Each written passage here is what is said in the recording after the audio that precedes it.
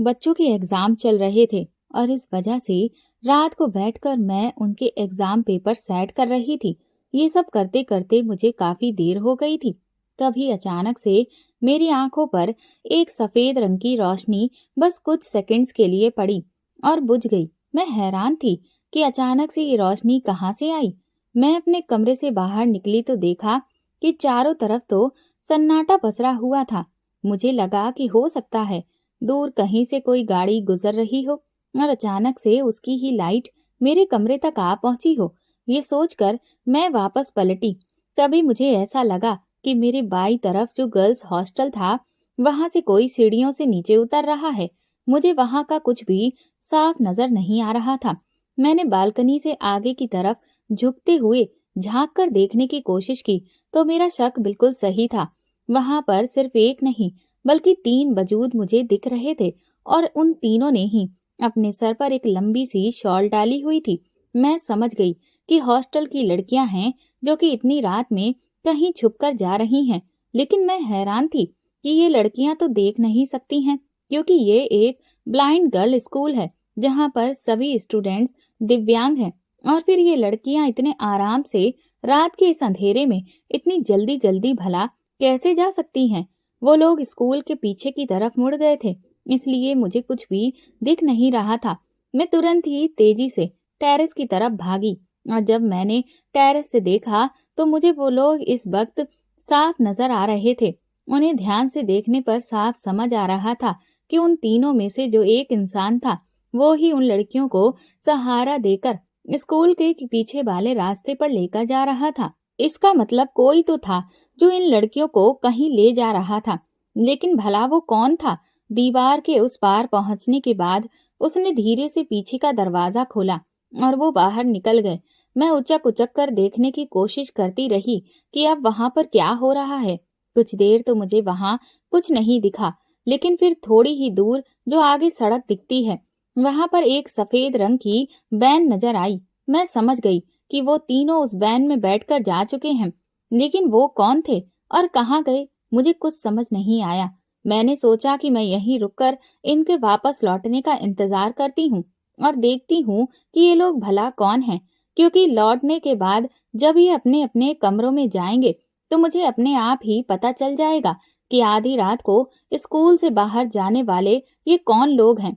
लेकिन अफसोस, कई घंटे इंतजार करने के बाद मैं बहुत बुरी तरह से थक चुकी थी और फिर मैं कुछ देर सुस्ताने के लिए वहीं जमीन पर बैठ गई और मुझे पता ही नहीं चला कि कब मैं गहरी नींद के आगोश में समा गई।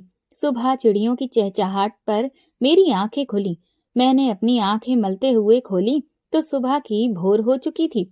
मैं बुरी तरह से घबरा गई कि मैं पूरी रात यहाँ टेरेस पर ही बैठी रही। हल्की हल्की ठंड भी मुझे लग रही थी। मैं उठते ही तुरंत फिर से उस स्कूल की दीवार की तरफ देखने लगी, लेकिन वो दरवाजा अभी भी बंद था। न जाने वो लोग अभी भी वापस लौटे हैं या नहीं। ये भी तो हो सकता है कि मेरी आंख लग गई हो तब वो वापस आ चुके हो। लेकिन अब मैं और उनका इंतजार नहीं कर सकती थी क्योंकि मुझे स्कूल जाने के लिए तैयार होना था। मैं तैयार होकर स्कूल पहुंच गई। एग्जाम शुरू हो चुके थे।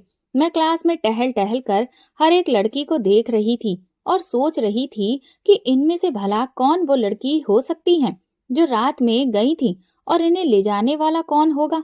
मुझे शक होने लगा कि हो ना हो कुछ तो गड़बड़ है और इसमें स्कूल का ही कोई इंसान शामिल है। मेरा नाम मानसी है। मैं इस स्कूल में सिर्फ 1 महीने पहले ही ज्वाइन करके आई हूँ। मैं एक तलाकशुदा औरत हूँ। मेरी एक 7 साल की बच्ची भी है जो इस स्कूल के हॉस्टल में मेरे साथ में ही रहती है। उसका स्कूल यहीं पास में ही है, वो वहां पर पढ़ती है। मेरी शादी मेरे पिताजी ने एक ऐसे घर में की थी जहां उन्हें लगा कि उसी जगह पर शादी करने से उनका भी समाज में रुतबा काफी बढ़ जाएगा, क्योंकि मेरे ससुराल वाले बहुत पैसे वाले थे। लेकिन वो लोग जितने पैसे वाले थे उतने ही ज्यादा लालची और गिरी हुई सोच के थे। शुरू में तो मेरे पति ने मेरे साथ बहुत अच्छा व्यवहार किया, लेकिन फिर धीरे धीरे वो मुझसे तरह तरह की मांगे करने लगा और मैंने जब उसका विरोध किया तो बदले में उन्होंने मुझे मारना पीटना शुरू कर दिया। इस बीच जब मैं पेट से हुई तो मुझे लगा कि शायद मेरा पति बदल जाएगा, लेकिन ऐसा बिल्कुल नहीं हुआ, बल्कि उसने तो एक नई जिद पकड़ ली कि मुझे लड़का ही चाहिए। अगर लड़की हुई तो मेरी नाक कट जाएगी। मैंने अपने पति को समझाने की बहुत कोशिश की कि ये सब भगवान के हाथ में होता है, हमारे हाथ में नहीं। लेकिन ना तो ये बात मेरे पति को समझ आती थी और ना ससुराल वालों को। और फिर जब मेरी बेटी का जन्म हुआ तो उन सब ने मुझे और मेरी बेटी को कोसना शुरू कर दिया। मैं उनके हर एक जुल्म को चुपचाप सहती रही, सिर्फ ये सोचकर कि मुझे और मेरी बेटी को इन लोगों से सहारा है। लेकिन जब एक दिन मैंने अपने पति को मेरी बेटी की जान लेते हुए देखा, उस दिन मेरे सब्र का बांध टूट चुका था और मैं अपने अंदर सारी हिम्मत समेटते हुए अपने पति पर मैंने पहली बार हाथ उठाया था और उसे इतना मारा था कि वो अस्पताल पहुंच गया था। मेरे ससुराल वालों को तो यकीन ही नहीं हो रहा था कि मैं इतनी हिम्मत भी कर सकती हूँ। सच कहूँ तो मुझे भी यकीन नहीं था, लेकिन शायद इसीलिए कहते हैं इस दुनिया में माँ से ज्यादा शक्तिशाली कोई नहीं होता। जब उसके बच्चे पर मुसीबत आती है तो वो किसी से भी भिड़ने के लिए तैयार हो जाती है। और मैंने भी वही किया था। और फिर मैंने अपनी जिंदगी का सबसे कठिन फैसला किया और अपने पति को तलाक दे दिया। इस बात से मेरे पापा मुझसे बहुत नाराज हो गए, क्योंकि वो भी सेम मेरे पति की मेंटलिटी वाले थे। वो भी लड़का लड़की में बहुत भेदभाव करते थे। मेरा पूरा बचपन पापा के ताने और भेदभाव को देखते सुनते ही बीता था। मेरे दादी बाबा भी बिल्कुल ऐसे ही थे। मैंने जो कुछ भी पढ़ाई की थी उसमें सबसे बड़ा सहयोग सिर्फ और सिर्फ मेरी माँ का था। उनकी वजह से ही मैं ठीक ठाक तरीके से पढ़ लिख पाई थी। अगर वो न होती तो शायद मैं अपने पैरों पर कभी खड़ी भी नहीं हो सकती थी। लेकिन अब जब मैं अपनी बेटी के साथ अपने माँ के पास लौट आई तो अब तो मैं और भी ज्यादा अपने पिता को बोझ लगने लगी थी। मैंने उनसे हाथ जोड़कर विनती भी की कि वो बस मुझे कुछ दिनों के लिए सहारा दे दें ताकि मैं अपना इंतजाम कर सकूं।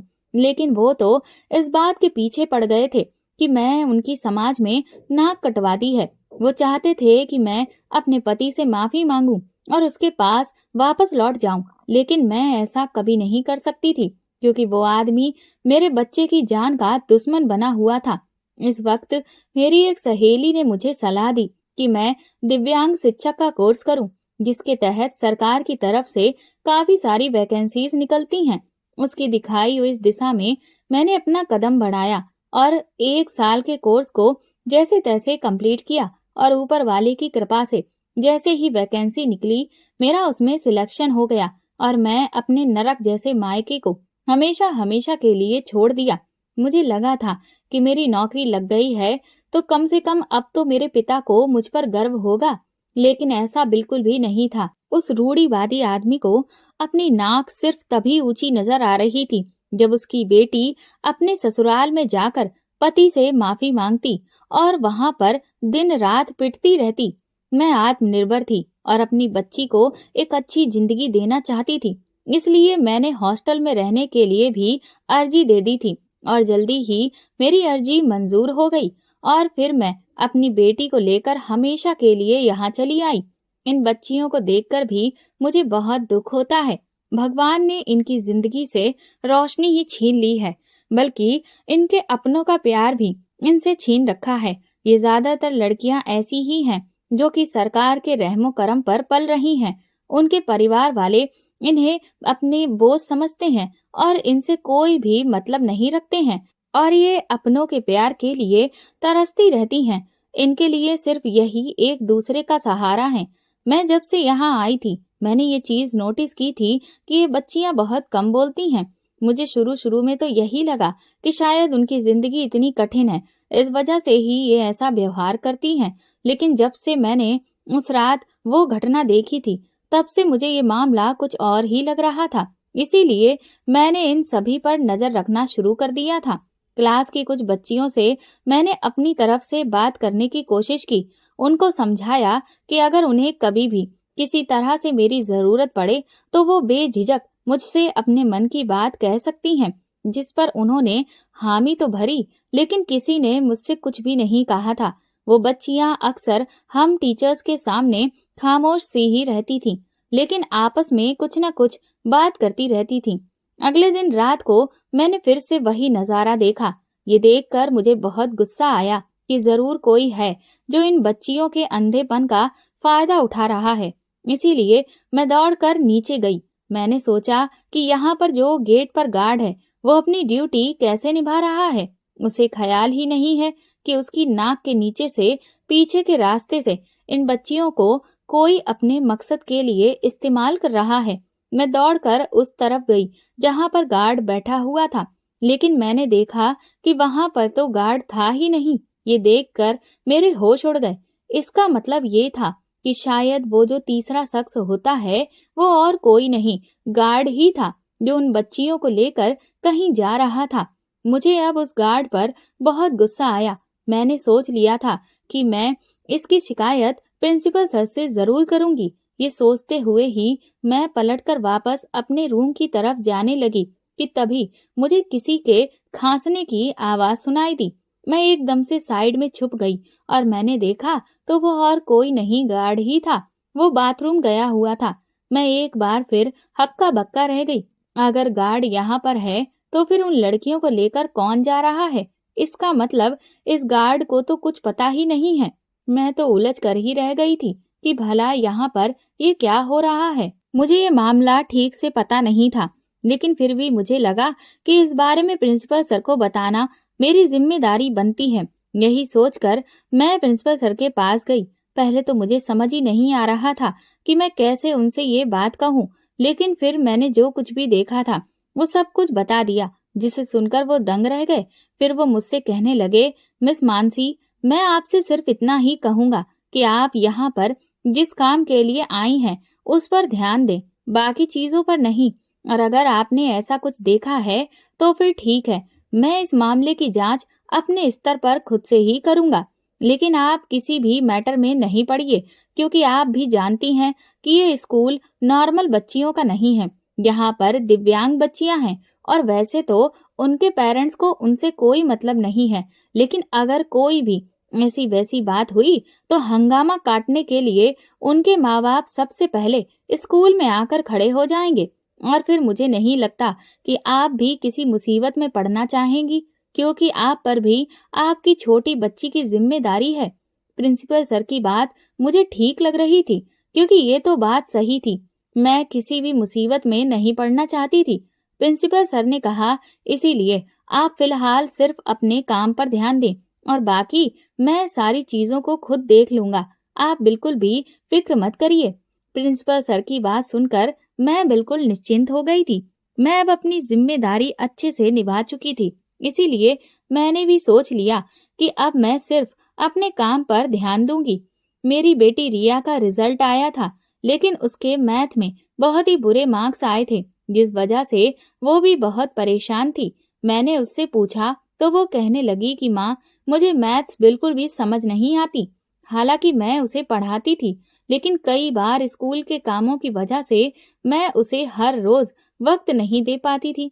मेरे कलीग विजय सर ने जब मुझे परेशान देखा तो वो मुझसे पूछने लगे, क्या बात है मानसी मैडम, आप किस सोच में डूबी हैं? मैंने उन्हें सब कुछ बता दिया कि मैं क्यों परेशान हूँ। वो मुस्कुराकर कहने लगे, बस इतनी सी बात है।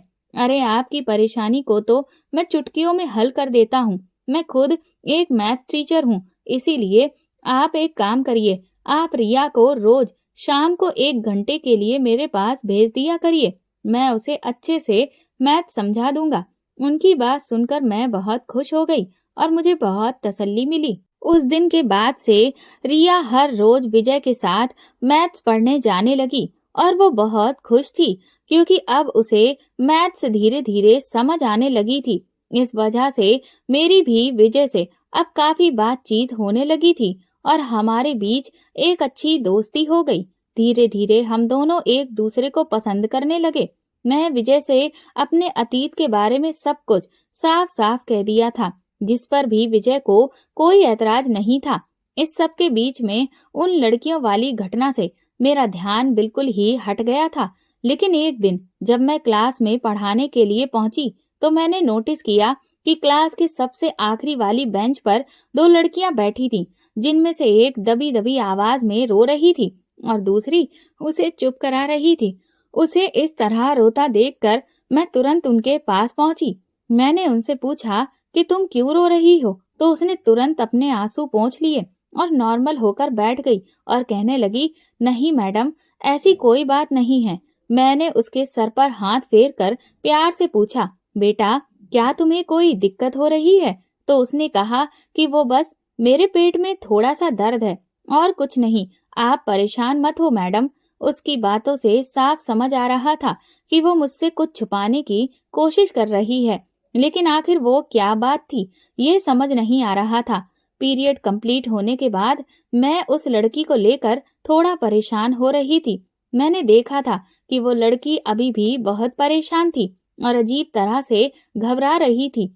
फिर मैंने नोटिस किया कि जब लंच टाइम में सारे बच्चे खाना खाने में और खेलने कूदने में बिजी थे, तो वो वॉशरूम की तरफ गई। मुझे न जाने क्या सूझा, मैं भी उस तरफ गई, लेकिन वो वॉशरूम से पीछे का जो एरिया था, वहां पर पहुंच गई। वहां काफी बड़ी-बड़ी झाड़ियां खड़ी हुई थीं। मुझे समझ नहीं आ रहा था कि भला वो अकेले वहां पर क्या करने जा रही है। तभी मैंने दीवार के पीछे से झांक कर देखा, तो वहां वो किसी से मिलने गई थी। झाड़ी के पीछे कोई खड़ा था, लेकिन वो इंसान मुझे नजर नहीं आ रहा था। वो लड़की रो रो कर उस इंसान से कुछ बता रही थी। तभी एक मर्दाना हाथ झाड़ी के उस पार से मुझे दिखाई दिया। उसने एक गोली उस लड़की को दी और पानी की बोतल। उस लड़की ने वो गोली तुरंत ही ले ली और इसके बाद वो लड़की वहां से रोते हुए सहारा लेकर वापस लौटने लगी। मैं तुरंत ही वहां से वापस चली आई, लेकिन अब मुझे ये सब बहुत अजीब लग रहा था। भला वो आदमी कौन था और उसने कैसी गोली इस लड़की को दी थी, और ये लड़की इतना क्यों रो रही थी? जरूर यहाँ पर कुछ बहुत गलत हो रहा है। मेरा दिल किया कि मैं इस बारे में विजय को बताऊं, लेकिन फिर सोचा कि मैं तो खुद परेशान हूं ही, और फिर विजय भी परेशान होगा। और विजय एक आदमी है, वो भला इस सब में क्या कर लेगा? जब एक औरत होकर मैं इन लड़कियों के दिल की बात जान नहीं पा रही हूँ, तो ये लड़कियां यहाँ के जेंट्स टीचर्स को तो और भी अपने मन की बात नहीं बताएंगी। लेकिन मुझे अब इस सब का पता हर हाल में लगाना ही था। इसके लिए मैंने सोचा कि मैं हॉस्टल में रहने वाली लड़कियों के कमरे की तलाशी लेती हूँ। हो न हो मुझे उनके कमरे से कुछ न कुछ तो जरूर मिलेगा। लेकिन अब उनके कमरे की तलाशी ली कैसे जाए? और दूसरा, मैं चाहती थी कि उन लड़कियों के कमरे को मैं अच्छे से खंगाल डालूं, लेकिन उन्हें मुझ पर शक भी ना हो। अब इसका तरीका क्या हो सकता था? फिर मेरे दिमाग में एक आइडिया आया। 2 दिन बाद मेरी बेटी रिया का बर्थडे था और इसीलिए मैं सभी लड़कियों को उसके हाथ से चॉकलेट दिलवाने के बहाने उनके हॉस्टल के हर एक रूम में बारी बारी से गई। और जब मैं उस लड़की के रूम में पहुंची जो उस दिन रो रही थी, वहां पर मैंने उन्हें अपनी बातों में उलझाया और चुपचाप धीरे से उनके कमरे में एक छोटा सा कैमरा रख दिया।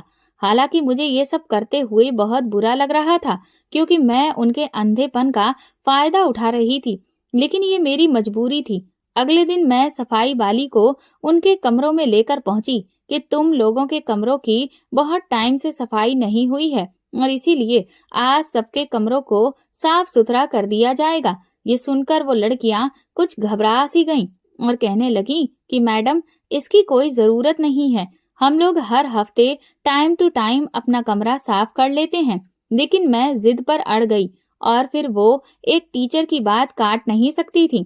फिर उन्होंने मुझे आधे घंटे का समय मांगा। वो कहने लगी कि उनका कुछ जरूरी सामान है और उसको वो एक तरफ निकालना चाहती हैं, क्योंकि बाद में अगर वो सामान इधर उधर हो गया तो उन्हें बहुत दिक्कत हो जाएगी। मैंने इस बात में हामी भर दी। आधे घंटे के बाद मैं सफाई वाली को लेकर उनके कमरों में पहुंची और अच्छे से उनके कमरों की सफाई करवा दी। उसके बाद मैंने अपना वो छुपाया हुआ कैमरा भी चुपके से वहां से निकाल लिया।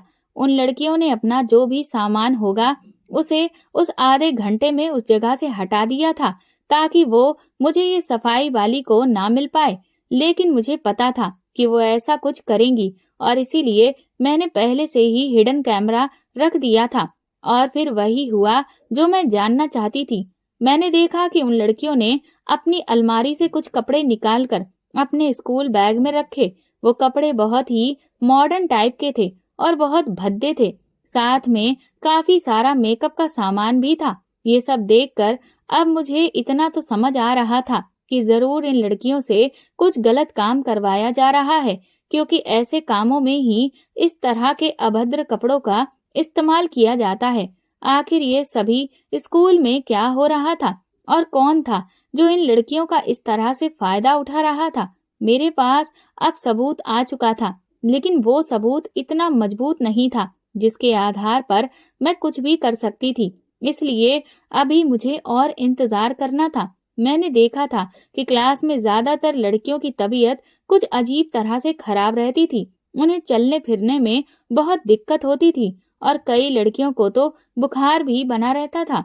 एग्जाम्स खत्म हो चुके थे और अब गर्मियों की छुट्टियां स्टार्ट हो चुकी थी। इसीलिए सारे टीचर्स भी अपने अपने घरों को निकलने वाले थे। यहाँ पर सिर्फ वार्डन ही रहती है। कुछ लड़कियों के पेरेंट्स भी उन्हें लेने के लिए आए थे, लेकिन मैंने देखा कि ज्यादातर लड़कियां अपने घर नहीं जा रही थी, क्योंकि उनके माँ बाप नहीं चाहते थे कि वो घर वापस लौट कर आएं, और कुछ लड़कियों को खुद से ही अपने घर वापस लौट कर जाने का मन नहीं था।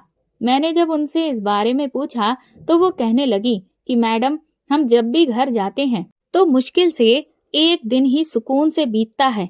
उसके बाद हमारे घर वाले हम पर तानाकसी करना शुरू कर देते हैं। हर रोज हमारी वजह से घर में कलह होती है, जिसे देखकर बिल्कुल भी अच्छा नहीं लगता। इसलिए बेहतर तो यही है कि हम यहीं पर रहें। कम से कम यहाँ हंसी खुशी तो एक दूसरे के साथ रहते हैं। उन लड़कियों की बात सुनकर मुझे बहुत दुख हुआ। हालांकि इन गर्मियों की छुट्टियों में मैंने सोचा था कि मैं अपनी बुआ के घर घूम आऊंगी। वो मुझसे काफी टाइम से अपने पास बुला रही थी। इसकी इन्फॉर्मेशन मैंने प्रिंसिपल सर को भी दे दी थी, लेकिन जब मुझे पता चला कि मेरी काफी सारी स्टूडेंट्स हॉस्टल में ही रहेंगी, तो मैंने अपना मन बदल लिया और सोचा कि मैं उनके साथ यहाँ पर गर्मियों की छुट्टियां बिताऊंगी और उनके साथ थोड़ी और नजदीकियां बढ़ाऊंगी, ताकि इस राज से पर्दा उठा सकूं। ये सोचते हुए मैं कहीं भी नहीं गई। बाकी सारे टीचर्स जा चुके थे।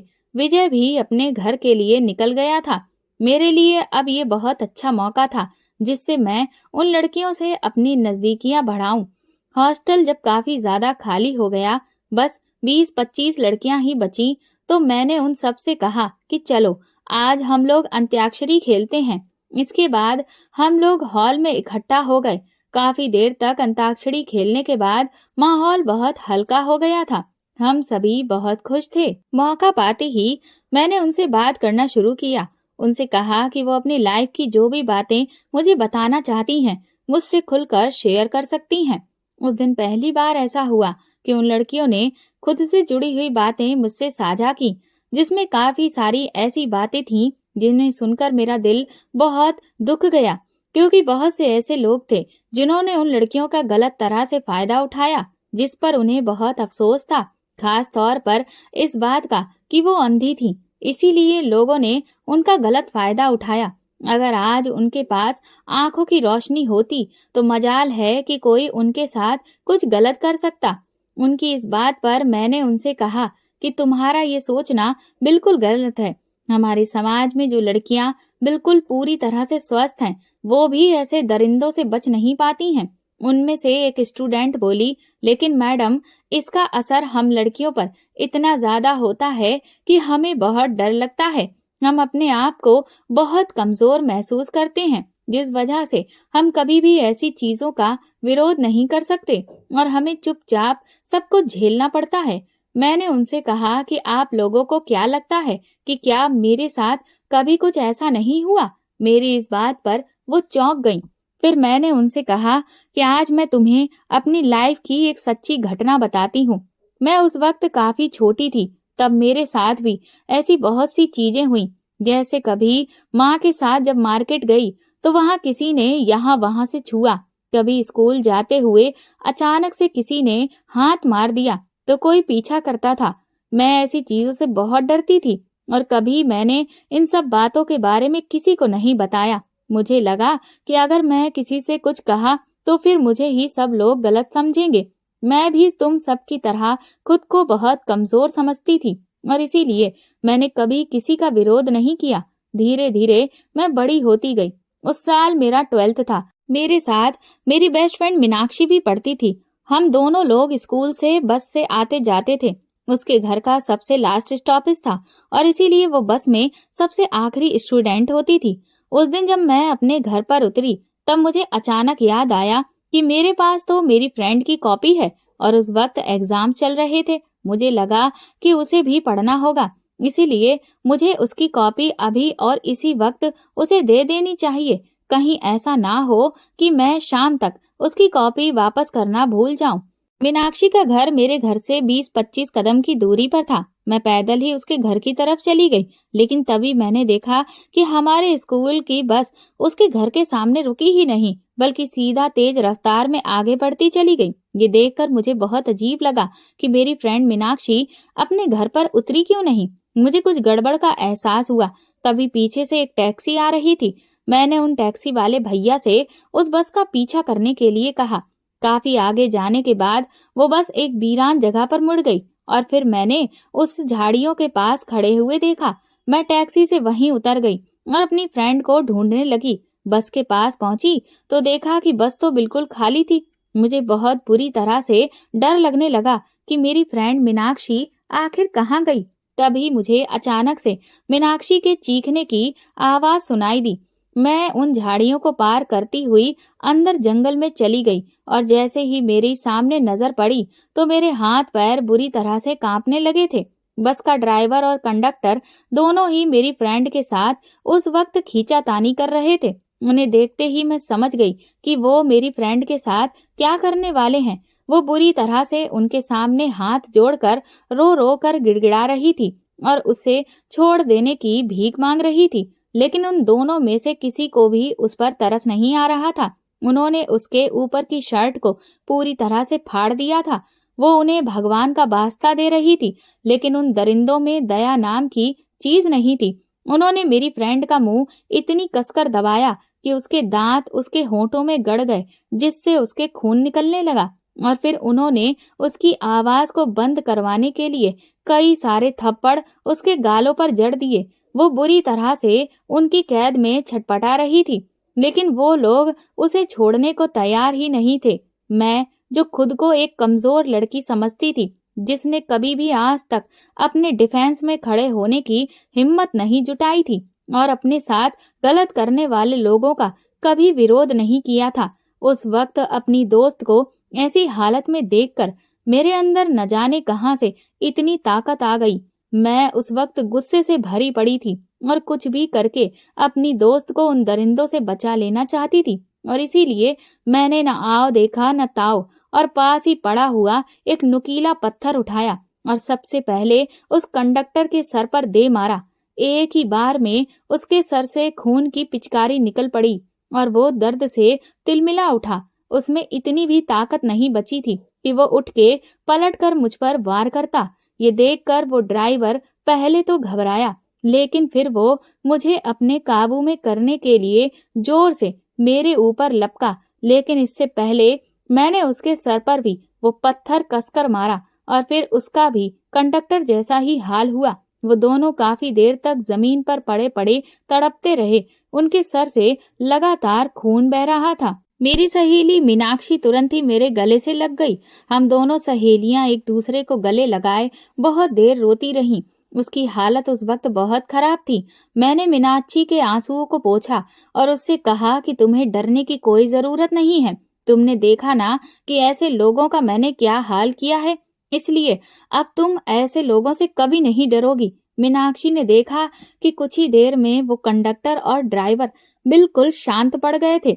वो समझ गई कि वो मर चुके हैं। ये देखते ही उसने तुरंत ही मेरे हाथ से वो पत्थर ले लिया और मुझसे कहा कि मैं किसी के भी सामने ये ना कहूँ कि मैं उसे वहां बचाने के लिए आई थी। मुझे उस वक्त कुछ समझ नहीं आया, पर मीनाक्षी ने मुझे अपनी दोस्ती का वास्ता दिया। शाम तक पुलिस को ये खबर मिल चुकी थी। मीनाक्षी ने उन दोनों के खून का इल्जाम अपने सर लिया। पुलिस उसे पकड़ कर ले गई थी और मैं चुप्पी साधे अपने घर में थी। मुझे कुछ भी समझ नहीं आ रहा था। मीनाक्षी को कोर्ट में पेश किया गया। मुझे डर लग रहा था कि कहीं मेरी सहेली को सजा ना हो जाए। उस वक्त मुझे सिर्फ एक ही उम्मीद की किरण नजर आई, मेरी बुआ जी। दरअसल मेरी बुआ एक बहुत अच्छी वकील थी, लेकिन क्योंकि उन्होंने अपनी मर्जी से अपना जीवन साथी चुना था, इसीलिए मेरे पिता और दादाजी ने उनसे सारे रिश्ते खत्म कर दिए थे। उन्होंने उनके एक फैसले की वजह से ये भी नहीं देखा कि उनकी बेटी कितनी होनहार थी। मैंने इस वक्त चुपके से अपनी बुआ को फोन किया और उनसे भीख मांगी कि वो किसी भी तरह से मेरी सहेली को बचा लें। मैंने उन्हें सारी सच्चाई बता दी थी कि उन लोगों का खून मेरी सहेली ने नहीं बल्कि मैंने किया है, और उसने ही वो सारा इल्जाम मुझे बचाने की खातिर अपने सर पर ले लिया था। इसके बाद मेरी सहेली का केस मेरी बुआ ने ही लड़ा। वो इतनी होनहार थी कि उन्होंने कोर्ट में इस बात की अच्छे से दलील दी कि मीनाक्षी ने सिर्फ अपनी इज्जत को बचाने की खातिर उन जैसे दरिंदों को उनके अंजाम तक पहुंचाया था, और कोई भी इंसान अपने डिफेंस में ऐसा ही करेगा। कोर्ट ने भी सच्चाई का साथ दिया और मीनाक्षी को बाइज्जत बरी कर दिया था। हम बहुत खुश थे। आज तक ये हकीकत सिर्फ मुझे, मेरी बुआ और मेरी फ्रेंड को ही पता है, लेकिन उस वक्त मैंने जो हिम्मत दिखाई थी वो मेरे लिए ही नहीं बल्कि हम में से सभी लड़कियों के लिए बहुत जरूरी होती है। हम लड़कियां हमेशा खामोशी से सब कुछ बर्दाश्त करती रहती हैं, और इसीलिए जुल्म करने वाले हम पर जुल्म करते हैं। जिस दिन हम ऐसे लोगों के खिलाफ खड़े हो जाएंगे, वो हमारा कुछ भी नहीं बिगाड़ सकते। मेरी इस बात पर वहां बैठी हर एक लड़की हिम्मत से भर गई थी। तभी उनमें से एक लड़की बोली, मैडम, मैं आपसे कुछ कहना चाहती हूँ। मुझे उम्मीद नजर आई कि अब शायद मैं सच्चाई तक पहुंच जाऊंगी, लेकिन इससे पहले कि वो लड़की कुछ भी कहती, विजय अचानक वहां पर आ गया। मैंने उससे कहा कि तुम अपने घर क्यों नहीं गए? तो कहने लगा कि मैं तो निकल गया था, लेकिन आधे रास्ते में मुझे पता चला कि तुम हॉस्टल में ही रुकी हो और बच्चियों का ख्याल रख रही हो, इसलिए मैंने सोचा क्यों ना मैं भी तुम्हारा साथ दूं, और इसीलिए मैं वापस आ गया। मैंने उससे कहा, अच्छा किया जो तुम भी आ गए। मैंने दोबारा से उस लड़की से कहा कि हाँ, बताओ बेटा, तुम मुझसे क्या कहना चाहती थी? पर उसने इनकार कर दिया। वो बोली, नहीं मैडम, मैं कुछ भी नहीं कहना चाहती थी। ये देखकर मुझे अजीब लगा। मुझे पता नहीं क्यों ऐसा लग रहा था कि वो लड़कियां विजय के सामने कुछ भी नहीं बताना चाहती थीं। मुझे विजय के वहां पर आ जाने से बहुत अफसोस हो रहा था, लेकिन फिर भी मैं हिम्मत नहीं हार सकती थी। जब तक गर्मियों की छुट्टियां चली, तब तक मैंने देखा कि अब वो शख्स जो लड़कियों को लेकर रात को कहीं जाता था, वो कहीं भी नहीं दिख रहा था और किसी भी लड़की को लेकर नहीं जा रहा था। इससे मुझे यही लगा कि शायद हमारे स्कूल के स्टाफ में से ही किसी का ये काम है, जो कि अभी छुट्टियों की वजह से यहाँ पर मौजूद नहीं है। छुट्टियां बहुत अच्छे से बीत गईं और अब फिर से पहले की तरह स्कूल स्टार्ट हो गया था, और मैं भी अब फिर से लड़कियों पर नजर रखना शुरू कर दिया था। अगली रात मैंने देखा कि फिर से एक शॉल ओढ़े हुए शख्स दो लड़कियों को लेकर पीछे वाले रास्ते से कहीं लेकर निकल गया, लेकिन आज मैंने फैसला कर लिया था कि मैं जान कर ही रहूंगी कि वो इंसान इन लड़कियों को लेकर कहाँ जाता है। इसीलिए मैं भी तुरंत ही उनके पीछे निकल गई। मैंने पहले से ही एक साइकिल बाहर निकाल कर रखी हुई थी। इस साइकिल से मैंने उनकी वैन का पीछा किया और मैं उस वक्त दंग रह गई जब मैंने देखा कि वो गाड़ी एक आलीशान होटल के सामने जाकर रुकी थी। मैं चुपके चुपके उन लोगों का पीछा करने लगी। वो आदमी उन लड़कियों को लेकर होटल के एक रूम के सामने पहुंचा और फिर उसने उस रूम का दरवाजा खोलकर उन दोनों लड़कियों को अंदर भेज दिया और खुद बगल वाले रूम में चला गया। तकरीबन 2 घंटे के बाद रूम का दरवाजा खुला और वो लड़कियां बहुत बुरी हालत में बाहर निकली। वो उस वक्त काफी रो रही थीं। फिर जैसे ही बगल वाले रूम से उस आदमी ने उन लड़कियों को अपने साथ लेकर चलना शुरू किया, तभी वहां पर पुलिस आ गई, जिसे देखकर उस आदमी के होश उड़ चुके थे। दरअसल पुलिस को खबर मैंने ही की थी। मुझे पूरा यकीन था कि यहाँ पर जरूर कुछ गलत ही हो रहा है, और इसीलिए इन 2 घंटे में मैंने पुलिस को फोन करके यहाँ बुला लिया था। मैं भी तुरंत ही उन लोगों के सामने पहुंची तो वो आदमी बुरी तरह से घबरा गया। जब उन लड़कियों ने मेरी आवाज सुनी तो वो मेरा नाम लेकर पुकारने लगी। मानसी मैडम, हमें बचा लीजिए। मैंने आगे बढ़कर उन्हें अपने गले से लगा लिया। मैंने कहा कि तुम्हें फिक्र करने की जरूरत नहीं है, मैं आ गई हूं ना, और पुलिस भी आ चुकी है। मैंने जैसे ही उस आदमी के चेहरे से शॉल हटाया तो मेरे होश उड़ चुके थे, क्योंकि ये और कोई नहीं बल्कि विजय ही था। मैंने विजय के मुंह पर एक जोरदार थप्पड़ मारा। मैंने कहा कि मैंने तुमसे प्यार करने लगी थी, लेकिन तुम इतने नीच और गिरे हुए इंसान निकलोगे, मैं कभी सपने में भी नहीं सोच सकती थी। विजय मुझसे माफी मांगने लगा, कहने लगा कि ये मेरी मजबूरी थी, मुझे बहुत सारे पैसों की जरूरत थी और इसीलिए मुझे इस गलत काम में प्रिंसिपल का साथ देना पड़ा। ये सुनते ही मैं और ज्यादा चौंक गई। पुलिस ने विजय से कहा कि अब तुम हमें सारी सच्चाई बताओ। विजय ने बताया कि दिव्यांग बच्चों के लिए सरकार की तरफ से इन्हें सुविधाएं देने को काफी सारा पैसा आता है, जिसमें से ज्यादातर पैसा प्रिंसिपल अपने पास ही रख लेता है। लेकिन प्रिंसिपल एक नंबर का लालची है, उसे और भी ज्यादा पैसे कमाने थे और इसीलिए उसने इन लड़कियों के अंधेपन का फायदा उठाया ताकि वो इनका इस्तेमाल करके ज्यादा से ज्यादा पैसे कमा सके। मैं एक बहुत ही गरीब परिवार से आता हूँ, मुझे भी पैसों की सख्त जरूरत थी, इसीलिए प्रिंसिपल ने मुझे इस काम में अपना साथ देने के लिए मजबूर कर दिया। उसने मुझसे कहा कि मैं इन लड़कियों को इस बात के लिए तैयार करूं कि सरकार की तरफ से सरकारी डॉक्टर मुहैया कराए जा रहे हैं, जो कि इनका ट्रीटमेंट करने के बाद इन्हें इनकी आंखों की रोशनी वापस लौटा सकते हैं। एक बार अगर तुम इन्हें इस बात का यकीन दिला दोगे तो ये तुम्हारे साथ खुशी खुशी अपने ट्रीटमेंट के लिए जाने को तैयार हो जाएंगी, और जैसे ही ये इस जाल में फंसेंगी तो दोबारा कभी निकल नहीं सकेंगी।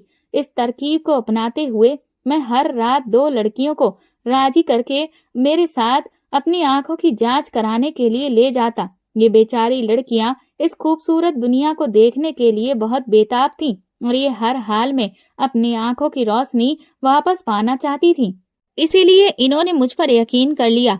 मैं चेकअप के बहाने से इन्हें यहाँ होटल में लाया और जो दरिंदा हमें इनके साथ एक रात के बदले मोटी रकम देने को तैयार हो जाता था, उसके हवाले हम इन्हें कर दिया करते थे। ये बहुत रोती गिड़गिड़ाती, लेकिन हम में से किसी ने भी इन पर तरस नहीं खाया और फिर हमने इन्हें धमकी दी कि उनकी हमने वीडियो बना ली है और अगर इन्होंने ये सच्चाई किसी को भी बताई तो उनकी वो वीडियो हम इंटरनेट पर डाल देंगे। फिर तो उनके घर वाले इनसे और भी ज्यादा नफरत करने लगेंगे। इस बात से ये लड़कियां बहुत डर गईं और फिर इन्होंने अपने ऊपर होने वाली ज्यादती के बारे में कभी किसी को नहीं बताया। इस बीच कई बार ऐसा भी होता था कि कुछ लड़कियां पेट से हो जाती थीं, तो प्रिंसिपल उन लड़कियों के बच्चों को हटाने वाली गोली दे देता था। मजबूरन वो गोली इन लड़कियों को हर हाल में खानी ही पड़ती थी। विजय मेरे आगे हाथ जोड़कर माफी मांगने लगा कि उसने ये सब कुछ मजबूरी में किया है।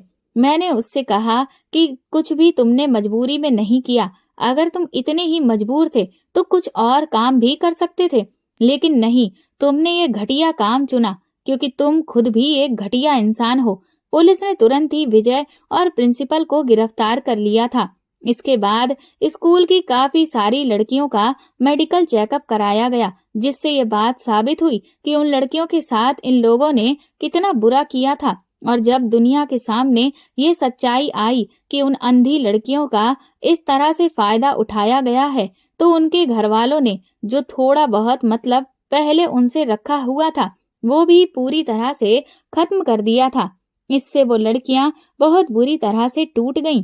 लेकिन मैंने उन लड़कियों का हौसला बढ़ाया। मैंने उनसे कहा कि तुम्हें अब अपने लिए जीना है, अपनी खुशियों के लिए, और खुद को कभी भी कमजोर नहीं समझना है, बल्कि अपने पैरों पर खड़े होकर ना सिर्फ अपना बल्कि दूसरों का सहारा भी बनना है। इस बीच मैंने एक एनजीओ में जाकर बात की तो उन्होंने उन लड़कियों को कई सारे हुनर सिखाने की मुहिम शुरू की ताकि वो लड़कियां आगे चलकर अपने हुनर को अपना प्रोफेशन बनाकर भी जिंदगी में अपनी पहचान बना सकें।